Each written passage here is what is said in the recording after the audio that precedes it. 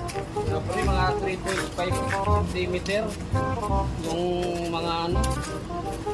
Tapos 2 dosenang bakal, bawat 2 lipa. Ang lalim, 10 lipa. Laliman lang natin ang mga 2 lipa.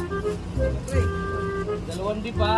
Tapos ang 85% buhangin, 5% semento. Tapos 10% na yung ano, lupa. Okay na yan. Pagka may mga renovation tayo, mga ganito, ayos-ayos lang.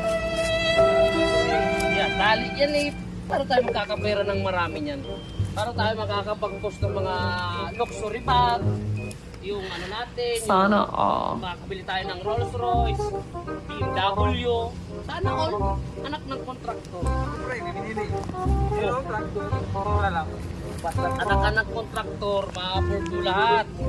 Yung nga lifestyle ng mga, dapat yung mga project na yun, yung mabilis lang mag-iba, para marami may project, hindi maubusan. Para tayo magkapira niyan. Agay! Tayo Pilipinas sa bahay. Mapriso ka! Oh, okay na yan. Pag hindi na kaya, i-stapler lang yan. Yung mga ganitong mga dugtungan.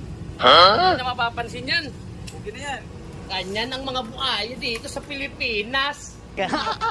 Oh, aray ko.